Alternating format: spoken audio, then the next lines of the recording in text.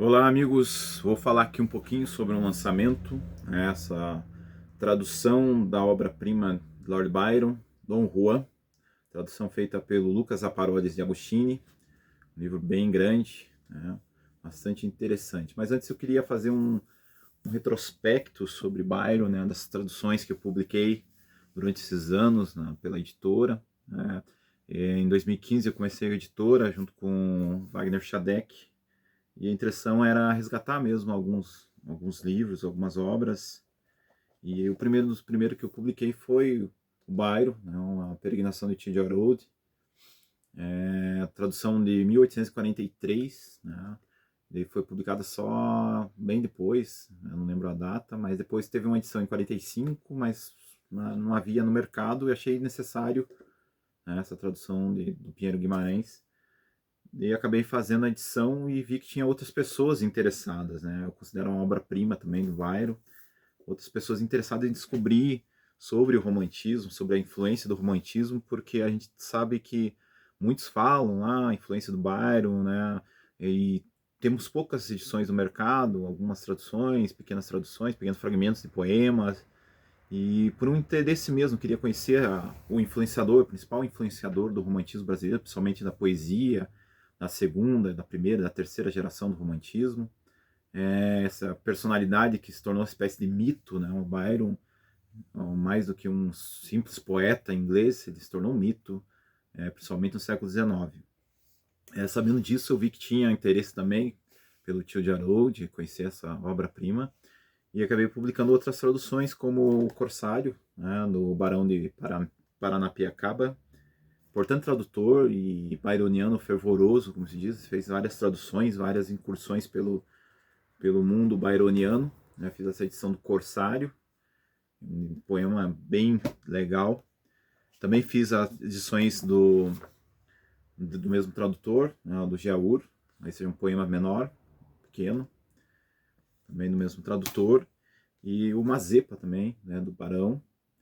E aqui vem um fragmento que é o que foi publicado na época do Augusto Darville, que é um conto, na verdade, que foi publicado pelo editor de Byron, e ele não gostou, né, de ter colocado esse conto na edição, e acabamos fazer para contrariar, colocando esse conto, que é um conto meio de terror, uma competição junto com o Shelley lá, né?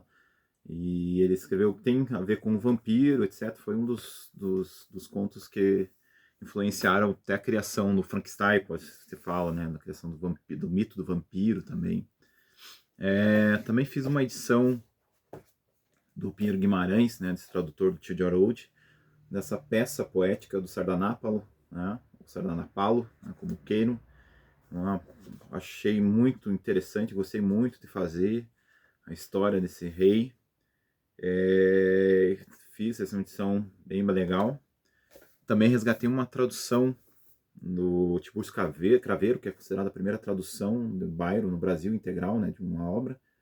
Esse poema também incrível no lar. É um poema pequeno, mas uma densidade ali muito interessante, né? Fiz também uma edição dessa tradução em prosa do Dom Juan. Ele fez alguns fragmentos, pegou algumas partes do Dom Juan, a história principal, principalmente que tem a ver com as relações amorosas de Dom Juan, e fez como se fosse um romance, né, contando a história desse périplo do Dom Juan, né. Aqui na capa tem, né, uma pintura famosa que tem o Dom Juan e Aide, que logo vamos falar sobre ela. Daí, recentemente, eu fiz uma edição da Ilha, né, outro pequeno poema do Lord Byron. Essa é uma tradução recente, inédita, do Lucas Zaparo de Agostini também, que traduziu o Dom Juan. Outro livro também que tem essa coisa que é comum do Byron, são mais do que poemas, são romances de aventura, eu considero assim, porque eles não são simplesmente pequenos poemas falando sobre si, são poemas de viagem, a maioria deles de aventuras, de críticas, de observações, são reflexões filosóficas. Quase toda a obra dele está centrada nisso, né?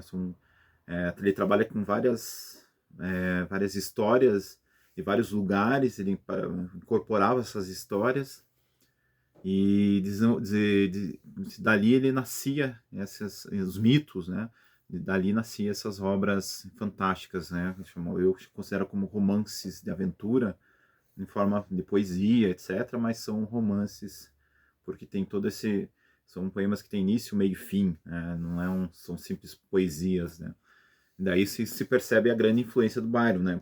Por isso também resolvi resgatar essa edição, né, da Escola Byroniana no Brasil, Pires de Almeida, outro byroniano fervoroso. Ele publicou uma série de artigos, isso aqui surgiu a partir de uma série de artigos, 1903 e 4, eu não lembro bem a data, mas que saiu em jornais, depois foi resgatado e feito um livro, né? E aqui mostra bem como foi grande a influência de Lord Byron no Brasil, como ele foi, como diz, toda a construção do nosso romantismo tem muita influência de Lord Byron, né? Não só a segunda geração, como a gente sabe, né, daquela questão do macabro, do góico, do estilo que era do romantismo, Álvares de Azevedo, o Fagundes Varela, etc. Mas o Aureliano Lessa também esqueci de citar, mas toda a conjuntura, a influência do Lord Byron que atravessou esse século XIX ali, bastante importante, né? Pode-se dizer que é a principal influência da poesia no século XIX. Claro que também foi importante para a formação da nossa nacionalidade, né? Por isso o romantismo tem uma importância mais do que literária, mas ali no romantismo que foi a formação das identidades nacionais em vários lugares do mundo. E por isso eu resolvi fazer essa edição, Dom Juan, esse grande poema, né, que basicamente o que se trata, né, o Dom Juan, né? Ao contrário do que a gente tem aquela coisa do mito Dom Juan, a gente sabe que ele era um conquistador, sedutor, seduzia as mulheres, enganava as mulheres. O Byron, ele cria um anti-herói, né? Aqui ele é mais vítima do que é o carrasco, o enganador, né? O poema inteiro você vê pela perspectiva do Byron, ele desconstrói um pouco desse mito Dom Juan, ao colocar ele como uma espécie de seduzido, mais do que sedutor, né? Então parece que a vida dele é como se fosse uma folha solta ao vento, e isso acontece em vários poemas dele, né? Ele tá em viagem, sempre em viagem, e o Dom Juan não deixa de ser isso, né?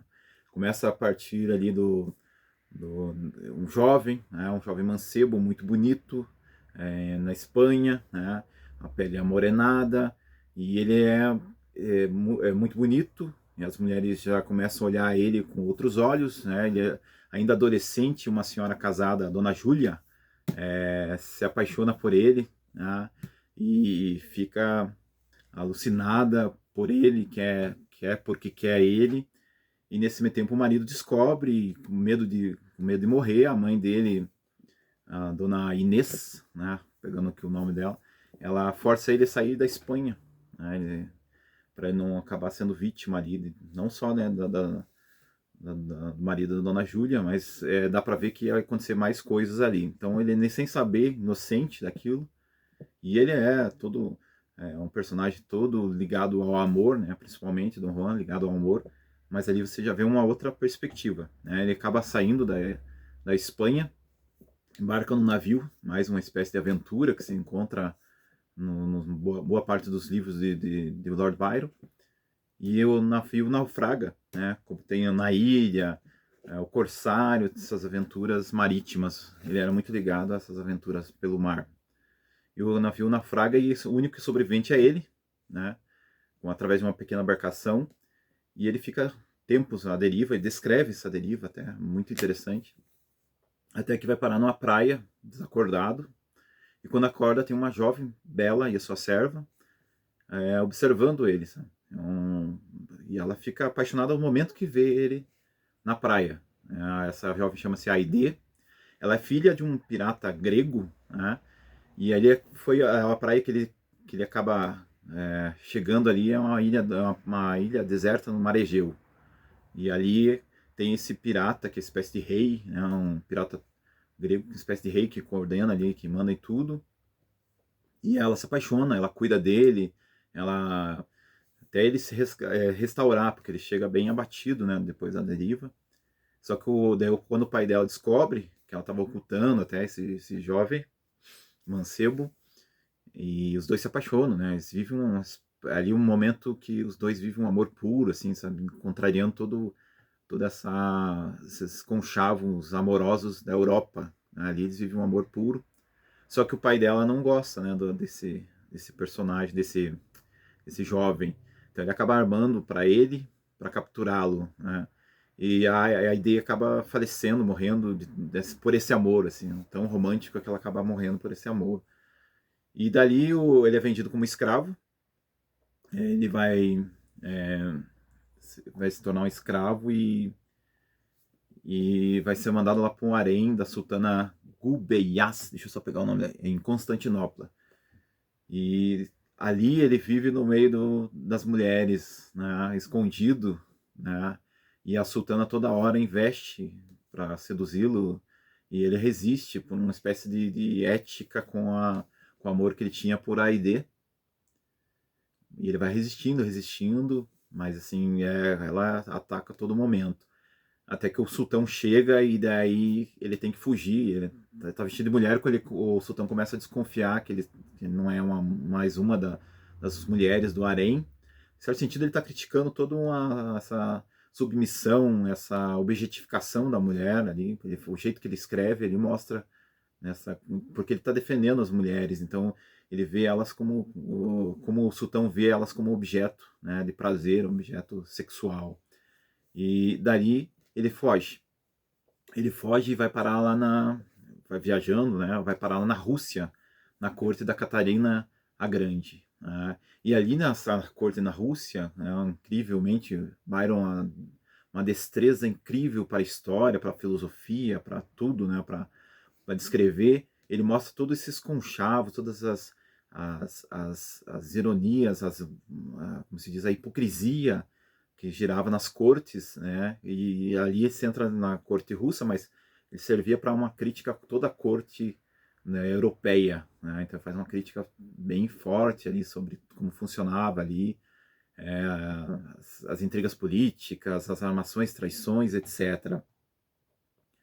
E na Rússia mesmo ele se envolve numa guerra, né, a Batalha de Ismail. Ele vai participar como herói de guerra ali, vai participar nessa guerra, ao mesmo tempo vai denunciando como essa guerra sangrenta. É um momento bem épico, né, do Dom Juan, dessa brutalidade da guerra, da violência da guerra. É muito interessantíssimo essa parte do texto. E ali ele se torna uma espécie de herói, né, na Rússia, né, próprio do Byron, né, não é só do Dom Juan, mas Byron na sua vida também vivia atrás de aventuras, de batalhas, de guerras. Né. É sempre meio autobiográfico os seus poemas, né. Ele acaba voltando para a Rússia como herói e ali também vê como funciona os conchavos continuam, as traições, as intrigas políticas, intrigas amorosas. Dali ele vai partir para a Inglaterra, né? Ele vai decidir voltar para a Inglaterra, mas não sem antes fazer uma grande reflexão filosófica e social. Eu acho que é sabe, uma das coisas mais interessantes dele é demonstrar quão grande conhecimento ele tem, principalmente nesse livro. Assim, ele conhecia muito de história, muito de geografia, muito de filosofia, muito de sociologia, fazer um termo que... Mas assim, ele conhecia muito sobre a sociedade, sobre o ser humano, e ele vai denunciando isso, né? O jeito que ele escreve, ele vai denunciando sobre essa moralidade, né, muito forte na Europa, e vai contrastando, vai criticando, né, essa moral social, moral religiosa, moral...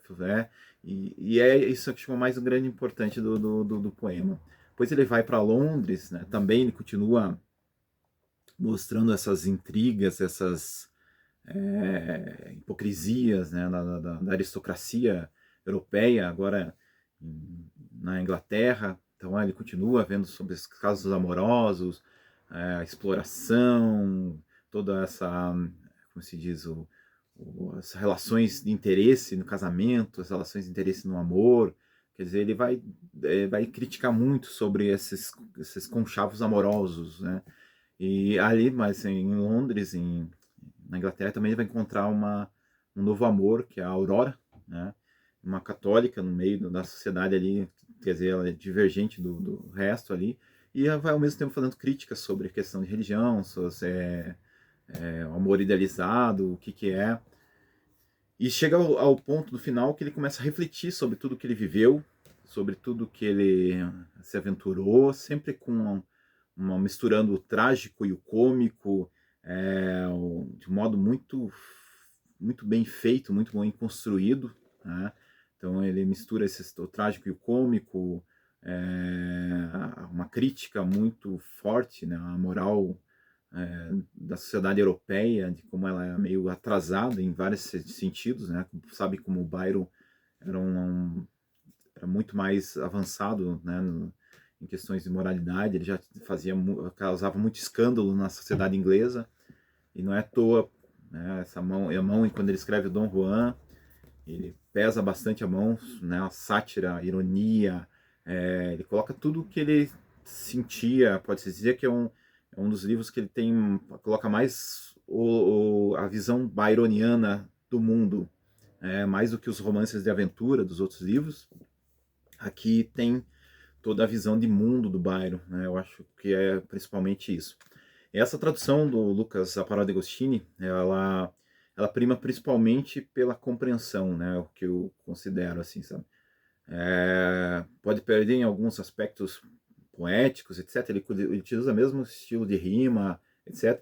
Mas ela ganha pela facilidade de leitura do texto, né? Ele deixa muito claro, então é muito mais tranquilo de você, é muito mais fácil de entender as estrofes, o que ele está fazendo, o que ele está falando. Então essa é como se diz, o trunfo dessa tradução, é a facilidade de entendimento dela, né? Então ele não sacrifica os sentidos, né, os sentidos originais ali pela tradução, que acontece sempre, né? Uma escolha dos tradutores entre escolher o que cabe ali na metrificação ou o sentido literal ou mais aproximado do que deveria ser o texto original, né? Que sempre é um dilema do tradutor, a gente sabe disso, quem conhece tradução sabe sobre tradução. O tradutor sempre vive no dilema, né? Ou ele sacrifica o sentido, ou é muito difícil conseguir conciliar os dois, né? Tanto a parte estética com o conteúdo, né? Então é isso.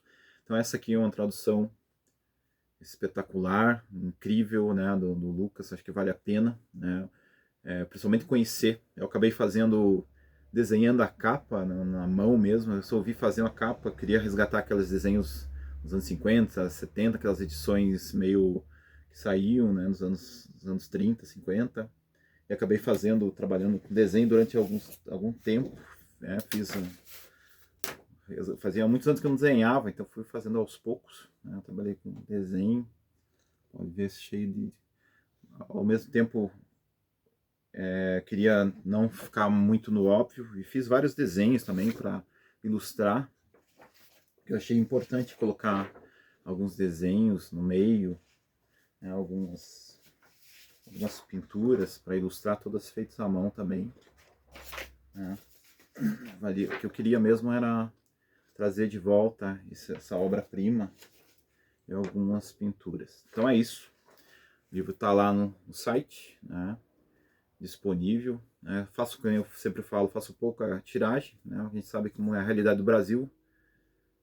A literatura é algo que sempre é complicado de prever se as pessoas vão gostar ou não, mas eu acho que é importante experimentar e conhecer essa obra-prima de Lord Byron. Está disponível para todos, não precisa você fazer assinatura, não precisa nada, só ir lá no site, comprar e a gente envia, beleza? Obrigado.